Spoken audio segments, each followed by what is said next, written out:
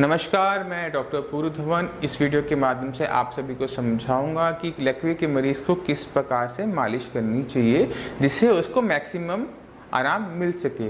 जो दर्शक पहली बार हमारे चैनल पर आए हैं वो नीचे दिए हुए लिंक पर जाकर खुद देख सकते हैं कि किस प्रकार साई संजीवनी पैरालिसिस के पेशेंट के अंदर चेंजेस लेकर आती है, किस प्रकार से पेशेंट ठीक होते हैं। नीचे लिंक पे आपको पेशेंट के इंटरव्यूज़ मिल जाएंगे। मालिश जिसे हम मसाज कहते हैं, ये एक ऐसी प्रक्रिया होती है जिससे मांसपेशी के अंदर लचीलापन आता है, क्योंकि लकवे के मरीज़ में देखा ये जाता है कि मांसपेशियां अकड़ जाती हैं, ऐंठन आ जाती हैं।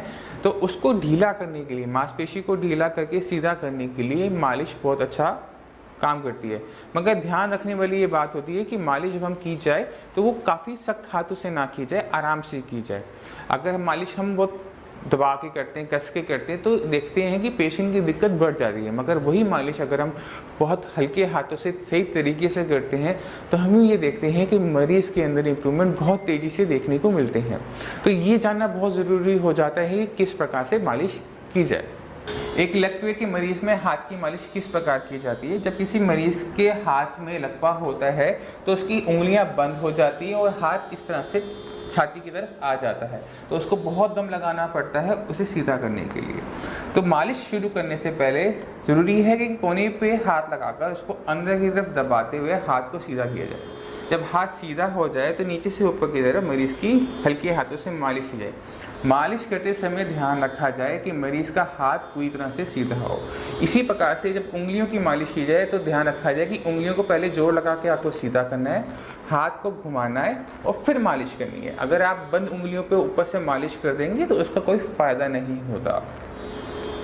अगर मरीज़ के फेस पे पैरालिसिस है, उसका असर है, तो उसको मालिश करने के लिए जो हम आपको तेल देते हैं उसको 2 गुना, उसमें डबल अमाउंट में तिल का तेल ऐड कर कर फेस को नीचे से ऊपर की तरफ मालिश कीजिए हल्के हाथों से। इसमें आपने और कुछ नहीं करना है, बहुत हल्के हाथों से ऊपर से नीचे से ऊपर की तरफ आपने मालिश करनी है।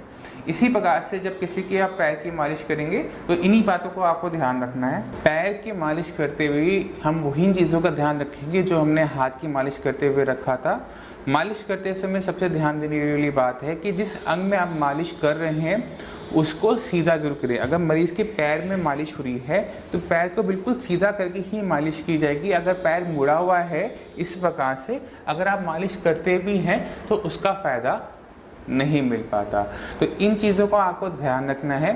हाथ की मालिश हाथ को बिल्कुल सीधा करके, उंगली की मालिश उंगलियों को सीधा करके, उसी प्रकार पैर की मालिश बिल्कुल पैर को सीधा करके करेंगे। इन चीज़ों का ध्यान रखेंगे और आपको पहले महीने से ही मरीज़ के अंदर उसके चलने में, उसके बोलने में, उसके हाथ में आपको चेंजेस नज़र आने शुरू हो जाएंगे। इन